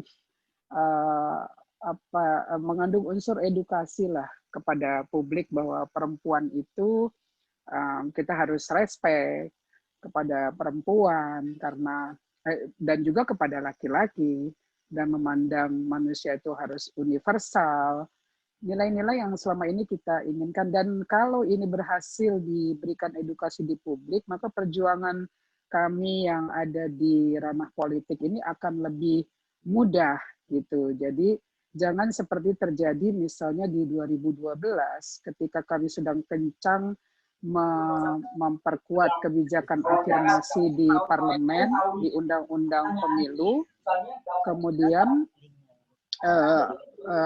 perempuan-perempuan yang berbuat hilaf, kesalahan itu diangkat oleh kolega kami di parlemen dan menjadi backfire apa yang sedang kita perjuangkan itu Mbak Yayu. Jadi harapan saya menarik kita kaji Tilik ini dan berharap nanti muncul. Mas Andre, saya mendukung apa yang dilakukan oleh Komisi Penyiaran Indonesia yang setiap tahun melakukan kajian penilaian terhadap perempuan-perempuan, film-film ya, atau tayangan-tayangan yang mengedukasi publik dan memberikan insentif kepada media penyiaran agar terus memproduksi sinetron atau film-film yang yang mengedukasi publik. Itu saja, Mbak Yayu. Terima kasih. Assalamualaikum. Waalaikumsalam, terima kasih Kak Lena atas tanggapannya.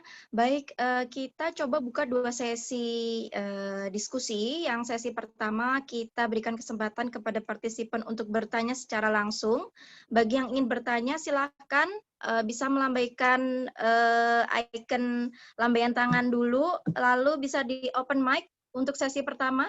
Bisa langsung bertanya langsung kepada Uda Yuliandre atau Mas Pujo atau Mbak Suci. Silakan. Baik, silakan Ibu Suci dari Untan. Bisa di open mic-nya, Bu.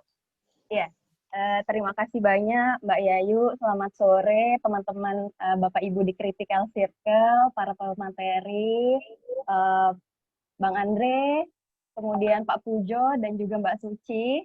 Menarik sekali bahasan kita sore hari ini, yang mana memang film Tilik ini menjadi viral gitu ya. Sangat up to date sekali bahasan yang diangkat oleh Critical Circle. Nah, yang saya pribadi lihat, karena kita mengangkat gender stereotyping dan political, tapi yang saya ingin lihat di sini adalah yang gender stereotyping. Jadi memang film ini mengangkat 2 hal yang menurut saya menjadi seksi akhirnya bisa diperbincangkan atau ya menjadi kenapa akhirnya menjadi viral gitu ya, karena yang pertama di sini tukang gosip atau lambe turah yang digambarkan dalam sosok siapa tadi, Bu Tejo ya, yang menjadi viral itu, karena memang itu adalah hal yang terutama nyinyir, kemudian istilah nyinyir, lambe turah itu memang lagi lagi populer gitu di kalangan, baik di kalangan netizen ataupun di masyarakat Indonesia lah terutama. Nah, itu menjadi film ini menjadi jawaban gitu. Nah, kan emang bener kan, perempuan itu memang istilah tukang gosip, kemudian suka nyinyir itu memang terjawab di dalam film itu, seperti itu. Jadi film ini memang menggiring opini ke arah sana. Itu yang pertama. Kemudian yang kedua, saya melihatnya dari segi pelakor ya, istilah pelakor ini kalau kita lihat di filmnya ini ada di bagian terakhir film, yang mana sebenarnya scene yang di dalam mobil itu memang walaupun memang anti klimaks, tetapi itulah kalau dari sisi pembuat film mungkin memang sengaja dibuat anti klimaks agar penasaran gitu ya. Jadi menggiring opini bahwa ternyata benar ya si Dian itu adalah pelakor, walaupun banyak versi, ada yang berpikir seperti itu mungkin atau ada yang berpikir lain gitu. Jadi ada 2 sebenarnya yang saya ingin highlight sini, gender stereotyping terhadap perempuan itu ya. Yang pertama sebagai tukang gosip dan yang kedua sebagai pelakor, seperti itu. Dan kenapa Tilik ini menjadi suatu yang disukai atau menjadi viral, karena memang situasi dan kondisi saat ini masyarakat di dunia, terutama di Indonesia kan memang lagi di masa pandemi ini jenuh gitu ya. Dan kemudian sebenarnya film ini kan merupakan film yang dibuat tahun 2018, tapi baru diupload di YouTube ya 2020 ini. Dan akhirnya kenapa ditangkap dengan sangat cepat oleh masyarakat, karena memang masyarakat sekarang ini memang lagi jenuh dan butuh hiburan, sehingga hal-hal yang seperti tadi ya, pelakor, tukang gosip itu langsung bisa menjadi sesuatu yang menghibur buat masyarakat gitu ya. Mungkin itu aja Mbak Yayu, terima kasih atas kesempatannya. Baik, terima kasih Bu Suci. Ini tadi memberikan tanggapan ya Bu Suci, sharing ya. Iya, betul. Baik. Terima kasih Bu Suci. Berikutnya saya masih memberikan kesempatan kepada partisipan yang ingin bertanya nih. Adakah? Ya, bisa langsung di open mic-nya. Ada Kak Siti Fatimah.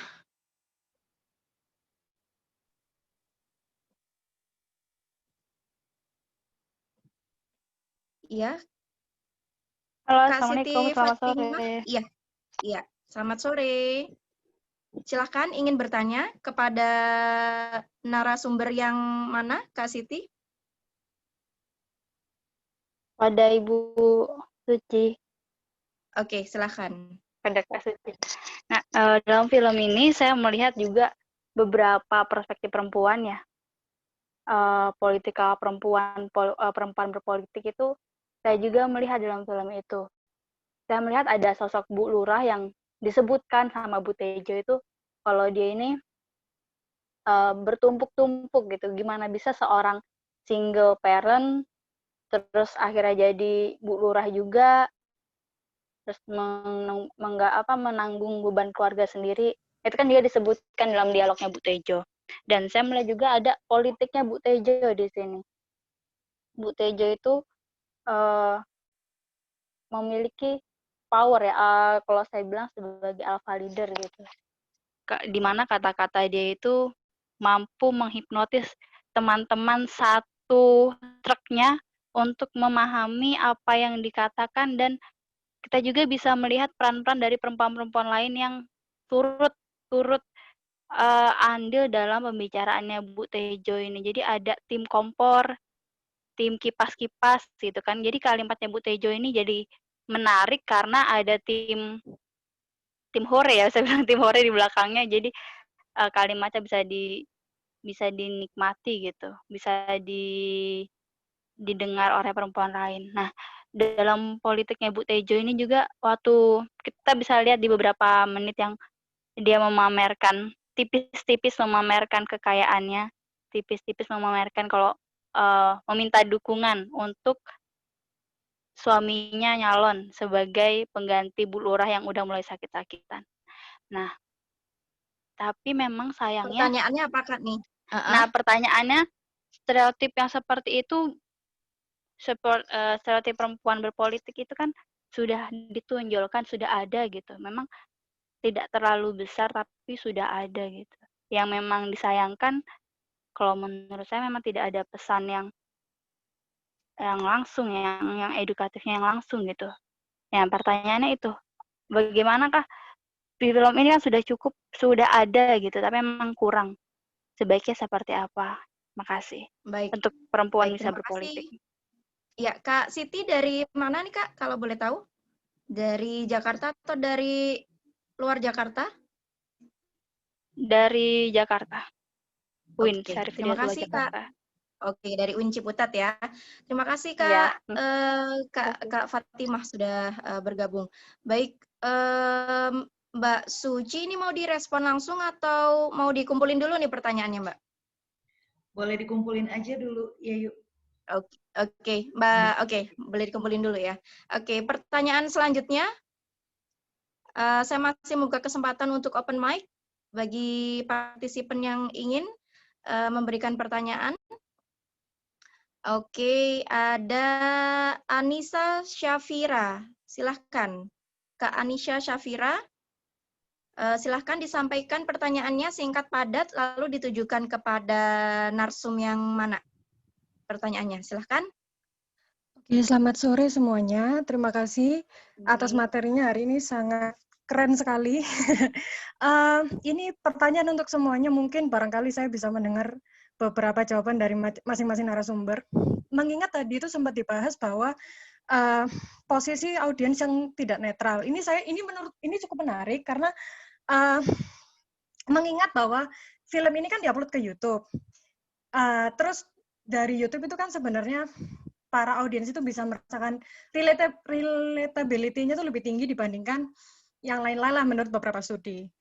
Nah, pertanyaan saya adalah bagaimanakah dinamika parasosial ini, dinamika parasosial yang ada dalam film itu di YouTube terhadap di antara perempuan, dan bagaimana efeknya jika itu diteruskan kepada masyarakat yang tidak netral.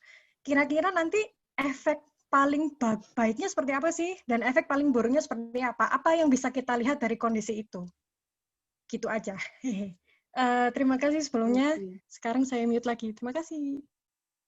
Baik, terima kasih Kak Anissa Syafira. Baik, boleh direspon dulu ya Atau masih ada partisipan yang ingin bertanya lagi? Masih ada yang ingin raise hand?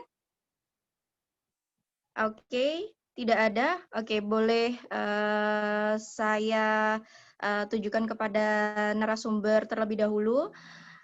Oke, kita mulai dari Mbak Suci dulu. Tadi ada pertanyaan dari Kak Fatimah. Mbak Suci, boleh langsung direspon, Mbak?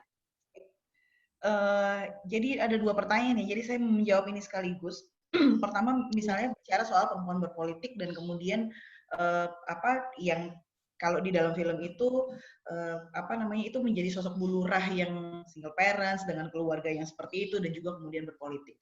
Begitulah memang adanya kondisi perempuan khususnya pada di Indonesia ya, ketika misalnya mau melangkah keluar berpolitik itu ada tanggung jawab yang sifatnya domestik, yang sifatnya itu dilekatkan kepada perempuan dan apa ya dianggap sebagai satu peran keharusan yang dilekatkan oleh sosial. Ini yang kemudian tidak bisa dilepaskan begitu dari perempuan ketika perempuan mau melangkah maju ke dalam apa namanya dunia politik. Mungkin Kak Lena nanti bisa sharing juga terkait pengalamannya di apa namanya dalam berpolitik, perempuan berpolitik ini. Jangankan untuk urusan yang jauh lebih luas ya, ketika misalnya SP bekerja untuk perempuan-perempuan bersama perempuan-perempuan di desa, ketika perempuan ini keluar untuk menyuarakan apa namanya aspirasinya, menyuarakan kepentingannya, ini banyak sekali apa namanya lapisan-lapisan yang harus dilewati. Dia harus memastikan kondisi anaknya, dia harus memastikan kondisi rumah tangganya baik-baik, seperti apa namanya cucian piring udah selesai, cucian baju udah selesai, begitu. Nah, baru dia bisa ketika pun itu sudah selesai, harus lagi ada izin-izin yang perlu dilewati begitu oleh si perempuan untuk sampai kepada yang namanya menyuarakan kepentingan perempuan, menyuarakan kepentingan dirinya. Nah, ini fakta-fakta yang terjadi di lapangan yang kami temui memang sehari-hari. Artinya beban berlapis ini yang kemudian perempuan sendiri perlu negosiasikan. Nah, ini lagi saya kembali pada apa yang disebut sebagai tutur politiknya perempuan. Tutur politiknya perempuan ini memang dia dari hal yang paling kecil sampai yang paling besar membangun negosiasi sedemikian rupa untuk agar supaya kepentingannya ini bisa tetap dilakukan begitu, bisa tetap diakomodir. Nah, yang saya lihat dari Ibu Tejo sebagai apa ya tim kompor yang tadi disebutkan tim kompor dan tim kipas-kipas ini sebenarnya adalah pengaruh begitu. Jadi mau bagaimanapun caranya untuk substansi yang seperti apapun kita harus akui bahwa Bu Tejo ini punya pengaruh gitu ya. Jadi sebagai apa namanya dalam keilmuan sendiri pun saya pernah membaca beberapa studi mengatakan itulah perbedaan bagaimana perempuan menggunakan intonasi dan diksi, pemilihan diksi dibandingkan laki-laki. Jadi ketika perempuan memilih diksi untuk kemudian memilih diksi dan kemudian menggunakan intonasi untuk memberikan pengaruh, dia akan cenderung lebih soft begitu. Kita bisa lihat Ibu Tejo misalnya ketika dia mempengaruhi yang lain, dia kan nggak ngomong langsung itu dia bla bla bla, tapi dia menggunakan ya kan bukan begitu ya Bu ya. Pasti ada hal-hal yang itu sebenarnya dikembalikan kepada orang yang dipengaruhi, tapi kemudian sebenarnya mau mempertegas pengaruhnya. Begitu. Nah, makanya kalau di apa namanya di teman-teman saya di teman-teman laki-laki ya biasanya selalu bicara soal politik itu speak like women, bukan bicara seperti perempuan dalam artian gestur dan lain-lain, tapi begitulah cara pemilihan diksi dan intonasi yang dikeluarkan oleh perempuan sehingga pengaruhnya bisa sampai pada apa yang dituju. Begitu. Nah, sayangnya pengaruh itu bagaimana perempuan kemudian berpolitik ini kemudian dibatasi oleh banyak hal. Seperti misalnya tidak diakomodir dalam ruang-ruang pengambilan keputusan. Contoh tadi yang sudah disampaikan sebelumnya ada Musrembangdes yang perempuan aja tidak menerima undangannya begitu, apalagi urusan-urusan lain yang lebih besar. Nah, selanjutnya saya mau menjawab juga soal apa namanya sosial kita yang bukan ruang kosong, yang artinya memang tidak netral. Publik kita tidak netral. Ada pandangan pakem-pakem yang diyakini oleh masyarakat, yang kemudian itu justru ketika diberikan sebuah semacam, ya kalau kita ngomongin film ini semacam tontonan begitu sendiri, di mana dia harus bersepakat dan di mana dia harus tidak bersepakat. Nah, tadi kenapa saya bilang ketika terjadi polarisasi pro kontra di dalam media sosial, itu cenderung tidak mengubah apapun. Itu hanya bisa dibilang usir lah ya, karena setiap orang punya argumentasinya. Dan perdebatan di media sosial itu justru semakin memperkuat posisi seseorang terhadap apa yang diargumentasikan. Begitu. Nah, ketika posisi ini, posisi netral ini kemudian, posisi yang publik yang tidak netral disajikan tontonan atau apapun itu yang bersifat netral, yang netral di bawah yang ketidak netral, maka posisi ini kemudian ketika ini disajikan dengan apa adanya tanpa kemudian perspektif yang tadi dibilang sebagai edukasi, ini justru melahirkan kecenderungan yang justru memperkuat kondisi status quo-nya. Pandangan apa yang sedang berkembang? Oh, patriarkis. Ketika diberikan hal yang netral seperti ya kita bilang bagaimana Ibu Tejo itu viral di dalam masyarakat kita, ya Ibu Tejo ini pun dibungkus viral dalam kerangka patriarkis gitu. Jadi bukan justru sebaliknya. Jadi ketika teman-teman ada yang berusaha untuk mengkritik, itu justru dikenai lagi stereotyping, labeling, dan stigma-stigma yang juga bukan hanya menyasar perempuan secara keseluruhan, tapi menurut saya justru gerakan politik perempuan. Begitu. Kalau ngomongin soal kayak begitu ribet deh kalau ada teman-teman feminis, karena pasti akan jadi panjang urusannya. Ini kan cuma fenomena yang diangkat ke film, dan ini adalah keseharian kita, titik sampai di situ. Tapi kan tidak bisa sebatas itu karena seperti yang tadi saya bilang bahwa ruang publik kita itu bukan ruang publik yang netral. Gitu. Sudah ada pandangan-pandangan, pakem-pakem yang sudah dibangun sejak lama dan itu tidak bisa serta-merta apa yang disajikan kemudian orang akan berpikir kritis gitu. Tapi dia akan dulu mengikuti alurnya dan mengikuti pakem-pakem pandangan-pandangan yang dianggap sudah mapan di dalam masyarakat. Begitu ya, Yuk, tanggapan dari saya. Terima kasih. Baik, terima kasih Mbak Suci atas tanggapan dari pertanyaan dari Kak Fatima. Nah, selanjutnya ada penanya kedua, tadi ada Kak Anissa Syafira yang memberikan pertanyaan kepada semua narasumber tentang, jadi apa sih sebetulnya efek dari dinamika yang ada dalam film tersebut? Efek ke sosialnya seperti apa? Saya berikan kesempatan kepada Uda Yuliandri dulu untuk memberikan tanggapannya. Udah? Ya, terima kasih Mbak Yayu. Terima kasih juga Mbak Nino. Salam Mbak Kak Lena yang selalu support lah ya untuk masalah bagaimana tata kelola penyiaran di Republik ini. Memang Komisi Penyiaran selalu concern terhadap anak dan perempuan. Setelah itu setiap genre ini menjadi hal yang menjadi serius. Oleh sebab itu porsinya selalu lebih di industri televisi. Tapi saya akan bicara tentang bagaimana Tilik terhadap efek sosial impact-nya. Hari ini saya lihat Tilik sudah sampai 21 juta penonton di YouTube ya, sorry. Dan kemudian muncul YouTuber industri konten baru menciptakan seolah genre perempuan, kok perempuan aja ya. Akhirnya yang ada Tilik yang versi parodi bapak-bapak semua. Nah, ini kan sesuatu yang menjadi fenomenal ya, bahwa ternyata bapak-bapak pengen menjadi satu andil khusus. Kayak ada critical view di situ ya, seolah-olah kok memang harus ibu-ibu ya diambil sebuah konten dan sebagainya. Nah, oleh sebab itu tadi Mbak Suci sudah menjelaskan secara detail masalah perempuan. Saya pikir kalau efek sosial yang diciptakan adalah inilah realitas fakta yang ada di masyarakat Indonesia. Menurut saya sederhananya begitu. Ketika seorang Rafa Cana Film ini menggagas film ini, saya pikir sudah cukup banyak brainstorming yang dilakukan, kemudian mengambil nalar-nalar skrip yang kira-kira ya kondisi kekinian. Jadi kalau orang nonton, saya pikir orang mendiskusikan, saya nggak tahu nih, kenapa snowball ini seperti bergulir cepat sehingga membuat penontonnya banyak. Saya nggak tahu apa yang membuat, apakah interest masalah perempuannya, atau ketika ada orang sudah rindu dengan sebuah konten-konten yang mungkin realitas fakta yang terjadi dan rasional, ada value di situ, ada efek sosial yang begitu dahsyat, sehingga merasa ini harus ditonton. Karena menggerakkan orang untuk bergerak untuk 21 juta penonton itu mungkin menjadi penasaran, termasuk diri saya sendiri.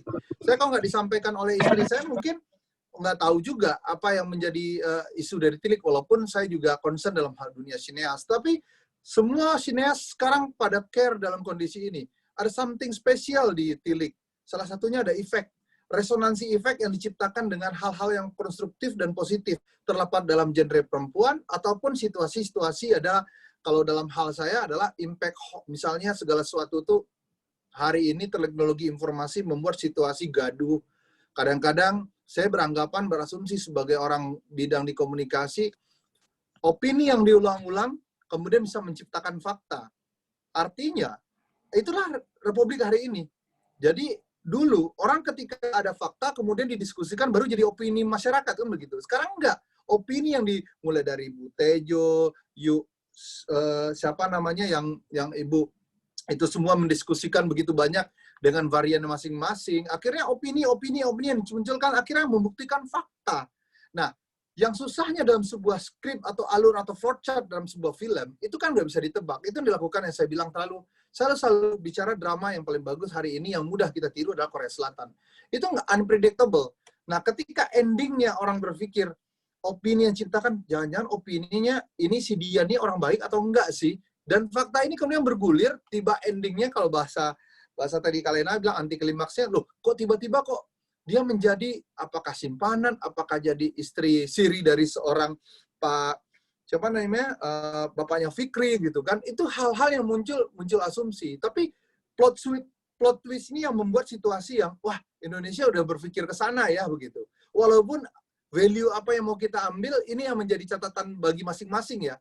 Saya yakin mau Mbak Suci, mau siapapun penanya tadi akan mempunyai value yang sudut pandang yang berbeda-beda. Termasuk diri saya sendiri. Ada value efek sosial yang mungkin bisa saya ambil secara khusus begitu. Nah inilah kekuatan karena ini filmnya cuma 30 menit. Saya pikir banyak nalar yang mungkin membuat kita itu berpikir, oh iya ya, seperti ini ya. Tapi yang menurut saya sebagai orang yang pernah menilai dalam kreasi film dan juga menjadi kreator, ini harus diapresiasi.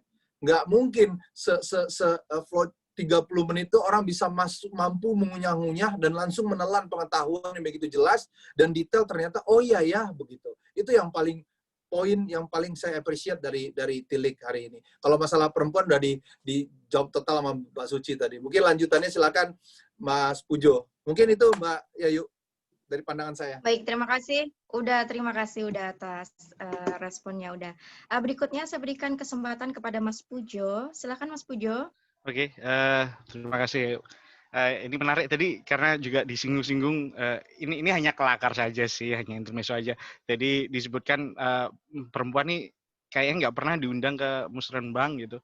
Tapi kalau di Surabaya kayaknya justru perempuan yang jadi penentu kebijakan kan, gitu. Wali kota kan gitu kan. Ya ini hanya guyonan aja. Mungkin saya langsung ke pertanyaan dari Anissa tadi ya. Sorry, saya potong sedikit. Itu hanya satu dari sekian juta perempuan yang bisa kayak Bu Risma. Iya betul ya. Makanya saya tadi hanya guyon saja. Hati-hati Mas Pujo. Iya makanya itu kalau di Surabaya gitu kan gitu. Biasalah orang Surabaya itu kan terlalu bangga sama ibu. Guyon juga harus pilih kalimat yang Mas Pujo. Supaya jangan langsung diadili sama perempuan. Iya. Terima kasih banyak. Mohon maaf. Baik. Saya kembali lagi ke ke tadi pertanyaan ya terkait dengan sebenarnya dinamika parasosial efek nonton Tilik terhadap audiens yang tidak netral. Nah, saya pikir kita untuk menjawab ini saya pikir gini, kita juga perlu melihat ketidaknetralan ini sebetulnya ketidaknetralnya seperti apa? Karena kan misalnya kalau kita menggunakan perspektifnya Foucault misalnya, kita kan ada apa yang disebut sebagai pengetahuan pra pengetahuan kan gitu kan ketika kita membaca setiap teks. Artinya benar sekali tadi yang disampaikan oleh Mbak Suci. Kalau kita menggunakan perspektif teori kritis ya, bahwa apapun itu teksnya, yang jelas teks itu tidak ada yang netral sebetulnya. Susah membuat teksnya yang netral itu. Kecuali kita sepakat bahwa yuk kita anggap teks itu netral kan gitu. Termasuk kalau dalam konteks ilmu humaniora itu kan teks itu kan adalah juga film kan seperti itu. Artinya film memang apapun itu filmnya susah kalau mau netral gitu. Bisa sedikit objektif gitu bisa, tapi untuk netral gitu, nah tunggu dulu sejauh mana itu netral kan seperti itu ya. Nah, sehingga perlu kita breakdown lagi lebih lanjut, misalnya audiens yang tidak netral ini tidak netralnya ke arah yang mana kan seperti itu. Karena artinya yang tidak netral artinya dia memihak yang mana. Ada yang mungkin memihak dalam artian kontra terhadap pesan utama yang ingin disampaikan oleh para filmmakers ini. Tapi ada juga yang memang yang langsung setuju kan seperti itu kan. Artinya kalau yang kemudian ditanyakan adalah kemudian bagaimana itu kemudian efeknya, ya bisa dua. Artinya bisa memperkuat opini, bisa memperkuat keberpihakan terhadap ide yang disampaikan itu, atau yang selanjutnya justru apa yang ada di dalam film itu kemudian menjadi ya sudah itu hanya film saja, artinya kemudian tidak digubris sama sekali kan seperti itu. Mungkin kalau saya mohon maaf mungkin dari segala kekurangan saya ya, mungkin saya membaca pertanyaan itu adalah seperti itu. Tapi untuk yang mungkin ya ini saya pikir ini adalah konsekuensi dari membuat sebuah karya kan seperti itu. Artinya kita tidak bisa menyenangkan semua orang, termasuk kemudian apakah yang kemudian ingin disampaikan itu benar kemudian bisa istilahnya dipahami oleh audiens dengan cara yang sama atau tidak. Itulah mengapa kemudian kan dari teori komunikasi yang konvensional kemudian kan muncul yang baru, bahwa kemudian audiens ini memiliki kuasa terhadap pemaknaannya kan gitu kan. Maka dan saya lihat ini terjadi sebetulnya di dalam konteks khalayak yang menonton Tili ini.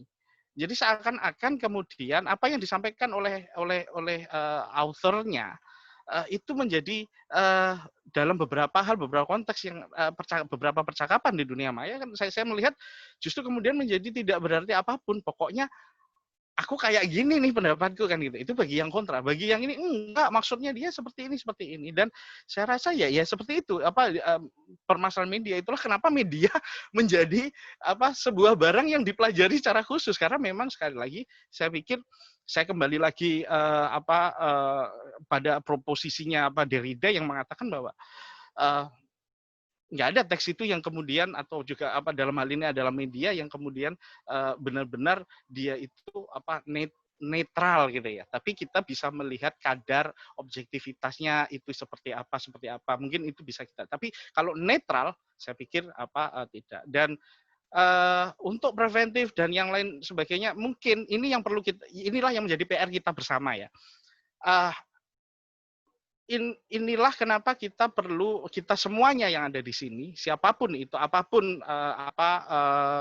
peran kita di masyarakat, kita memiliki tanggung jawab yang sangat besar untuk terus memberikan edukasi positif kepada masyarakat, ya kan? Karena masyarakat yang teredukasi pasti kemudian prasangkanya,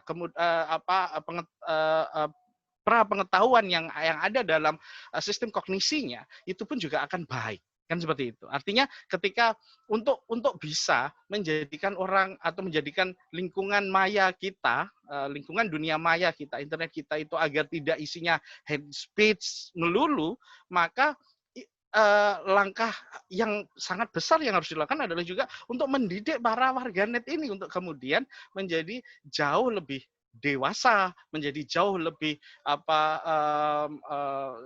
well informed kan gitu ya, lebih berpengetahuan kan seperti itu. Nah, ini adalah PR kita semua apapun peran kita di masyarakat. mungkin saya rasa seperti itu. Mohon maaf Mbak Anissa kalau misalnya jawaban saya mungkin masih ada yang kurang atau bagaimana gitu. Terima kasih. Saya kembalikan ke Mbak Yayu. Baik, terima kasih Mas Pujo. Oke, sekarang kita masuk ke, karena sepertinya partisipan masih sangat semangat, kita open untuk second termin. Singkat, ini ada Mas Fahmi Fauzan dari Kota Malang. Silahkan di open mic-nya, Mas Fahmi Fauzan. Mas Fahmi? Oke. Oke, kita coba ke Mbak Iin. Tadi ada pertanyaan untuk Uda Yuliandre. Mbak Iin mau open mic atau sudah cukup disampaikan di chat saja, Mbak? Baik, oke. Saya bacakan aja. Mbak Yayu, udah mau maghrib ya? Udah mau maghrib, ntar Ya, bentar lagi aku pamit ya, pas azan. Siap, Kak Lena. Baik. Maghrib ya. Oke, sesi terakhir. Ini saya sampaikan pertanyaan dari Mbak Iin untuk Uda Yuliandre terkait dengan sebetulnya bagaimana sih KPI mendefinisikan fitnah, karena di akhir bagian dari film Butejo, dari film Tilik itu kan ada sebuah ungkapan yang Butejo kan nggak terima karena dianggap memfitnah kan, seperti itu. Nah, Mbak Iin bertanya, kira-kira menurut KPI itu bagaimana kita mendefinisikan fitnah? Begitu udah. Bisa langsung direspon udah. Pertanyaannya Kak Ali Bahasa yang cocok ini. Sekaligus menutup udah untuk closing statement dari Uda. Iya, literatur bahasa mungkin saya pikir itu apa ya, agak mungkin semua orang juga paham, tapi kalau bicara adegan mungkin agak mudah, apalagi kita menonton, ini fitnah atau enggak, kan begitu. Cuman kalau kayak film di Tilik, saya pikir fitnah itu ya gimana ya, semua yang didiskusikan itu kadang ada benarnya, kita nggak bisa menyimpulkan siapa yang benar. Jangan-jangan twist plotnya pas di akhirnya bicara tentang sebuah Dian itu lain cerita, ternyata memang sudah menikah atau apalah, menikah dan sebagainya, misalnya ini ya kan. Ini kan asumsi yang diciptakan di ending film. Saya pikir ini sebuah karya, dan apapun result yang bisa kita ambil dalam atau value yang kita bisa ambil, semangatnya sederhana bagi saya, bahwa di sini dimunculkan memang tokoh perempuan, dan perempuan itu begitu banyak, persis dalam forum ini tadi Kak Lena, Mbak Ninum, Mbak Suci, semua udah bicara. Semua itulah hari ini perempuan, saya pikir. Dan bagaimana menjadi prominent figures-nya, ini yang harus kita diskursus tentunya. Dan hari ini saya apresiasi karena tidak banyak sineas Indonesia yang kira-kira peduli dalam kondisi kekinian, apalagi realitas fakta masyarakat, yang selalu dikombin dengan European view, kemudian American view, bahkan negara-negara yang lain. Nah, original Indonesianis itu yang nggak muncul. Nah, harapan saya sederhana. Ayo kita dorong bareng-bareng yuk, kalau ada karya dan sebagainya, yuk kita diskusikan dan munculkan sebuah karya-karya yang memang enak untuk didiskusikan, disimak, dan dinikmati, bahwa itulah realitas fakta hari ini di Indonesia. Itu mungkin karena ini sudah mau maghrib. Demikian Mbak Yayu, terima kasih. Mohon maaf nih kalau ada sesuatu yang tidak sempurna. Kak Lena, Mbak Ninu, Mbak Suci, Mas Pujo, Mbak Bayu, dan semua tokoh yang ada di critical analysis ini, saya pikir ini ada forum untuk silaturahim kita untuk lebih lanjut lagi untuk berdiskusi. Terima kasih. Assalamualaikum warahmatullahi wabarakatuh. Waalaikumsalam warahmatullahi wabarakatuh. Terima kasih udah. Oke, untuk selanjutnya closing statement dari Mas Pujo, lalu dilanjutkan dengan Mbak Suci. Sebelum kita tutup diskusi kita. Silahkan Mas Pujo.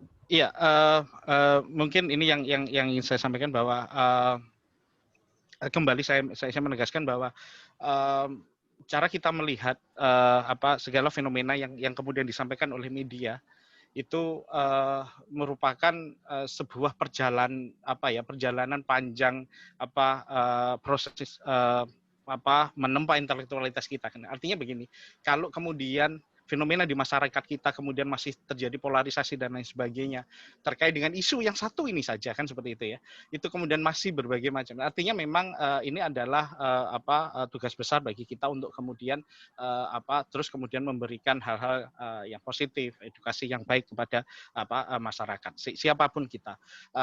Bagi kita yang mungkin tidak berada dalam kondisi untuk atau dalam situasi untuk mengambil keputusan, maka mungkin saya yakin para pengambil keputusan memerlukan input-input dari kita, kan seperti itu. Nah, itu adalah hal yang penting. Dan kemudian terkait dengan film ini, sekali lagi saya melihat film ini mungkin terlepas dari kekurangannya gitu ya, saya pikir perlulah kita berikan apresiasi.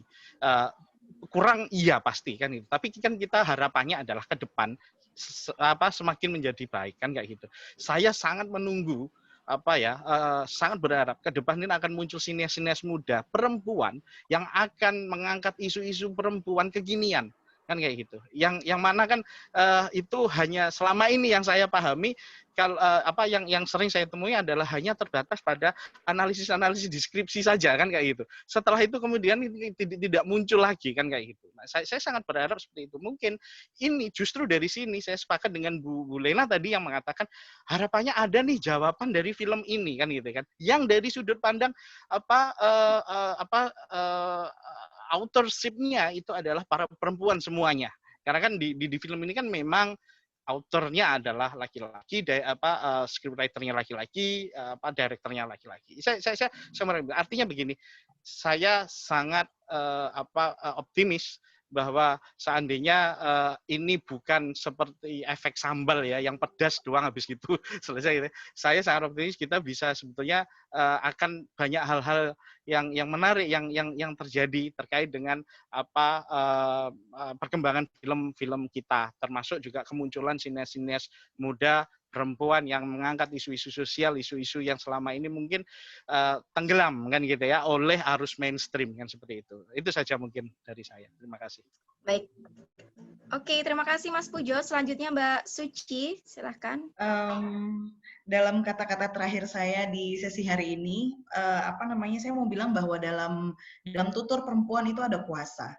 Gitu, ada kuasa perempuan, ada kedaulatan perempuan di situ. Yang perlu kita lakukan bersama-sama saat ini adalah bagaimana kita bekerja sama mengubah tatanan sosial agar lebih berkeadilan bagi semua. Nah, termasuk juga media dalam fungsinya melakukan propagandis terkait itu. Nah, tapi saya juga mau bilang bahwa tugas untuk memasukkan perspektif perempuan ke dalam apapun itu bukan hanya tugas perempuan. Tadi saya bilang ya, perlu ada kerjasama baik laki-laki atau perempuan untuk sama-sama kita mengedepankan dan agar tatanan sosialnya lebih berkeadilan. Terima kasih, itu saja Yayu. Baik, terima kasih. Saya speechless nih, mau ngomong apa lagi nih untuk mengungkapkan rasa terima kasih saya kepada semua narasumber, Uda Yuliandre, Mas Pujo, Mbak Suci yang sudah berkenan meluangkan waktu untuk berbagi ilmu yang terutama nih bagi rekan-rekan di Untan, ini udah berapa SKS ini kuliahnya. Jadi kalau boleh menyimpulkan, saya coba merajut dari beberapa argumentasi yang sudah disampaikan oleh para narasumber bahwa kita tidak bisa menyenangkan semua orang. Film ini kan diambil atau dibuat dari realita yang ada dalam kehidupan bermasyarakat kita. Artinya kan tidak fiksi untuk film Tilik ini. Yang bisa kita lakukan adalah kalau saya boleh menyarankan, ya kita harus mempunyai basic knowledge agar kita tidak menjadi viewer atau penonton yang emosional ya. Ngelihat tokoh Bu Tejo seperti itu, kita langsung emosi, lalu kita nggak terima kan, nggak boleh seperti itu. Jadi kita harus bisa menghargai, respect kepada berbagai macam karya, terutama dalam dunia perfilman. Karena kalau berbicara karya, seperti tadi yang sudah disampaikan, bergantung dari sudut pandang mana kita melihat karya tersebut seperti itu. Karena beda sudut pandang akan beda pula nanti perspektifnya. Baik, saya kira ini benar-benar sudah mau maghrib. Sekali lagi saya ucapkan terima kasih banyak kepada semua narasumber yang sudah meluangkan waktu dan berkenan mensupport agenda Critical Circle sore kali ini. Tak lupa juga saya ucapkan terima kasih banyak kepada semua peserta, terutama yang dari luar Jakarta yang sudah berkenan meluangkan waktunya dari Untan, Surabaya, Jawa Tengah, Sumatera Barat, dan juga kota-kota lainnya dari Malang, kota-kota di Jawa Timur juga. Terima kasih. Semoga nanti kita bisa bersilaturahim di agenda selanjutnya. Sebelum selesai, kita boleh foto bersama dulu. Bisa di-open videonya untuk dokumentasi kita. Oke. Pakai seperti ini ya. Critical Circle. Boleh minta tolong untuk tangannya seperti ini semuanya. Sudah siap? Admin, Mbak Ulfa? Oke, saya screenshot dari yang pertama ya. Langsung diaba-aba sama Mbak Ulfa aja ya. Oke, sebentar. Ya, ini yang pertama dulu. 1, 2, 3. Sebentar. Saya lanjut yang di nomor 2. Di slide yang kedua. 1, 2, 3. Oke, sekarang yang ke nomor 3. 1, 2, 3. Oke, sudah semua. Terima kasih. Baik, udah Andre, Terima kasih, Mas Mbak Yayu, Pujo, terima Mbak kasih, Suci, Mas terima kasih Izin, banyak atas waktunya. sehat selalu Rena, Adinda, Andre. Ya, Terima semua kasih Mbak senior Yayu, yang Mbak sudah Suci, bergabung, Mas Kak Juliandre, Lena, Bu Lena, Bu Ninu, semuanya. Bu Terima Suci. kasih. Waalaikumsalam Kak Lena. Bu Suci, terima kasih Jaga banyak kesehatan atas supportnya semuanya. sore ini. Terima kasih. Iya, Mas Pujo, terima kasih banyak. Terima kasih, Terima Mas kasih banyak Pujo. rekan-rekan semuanya.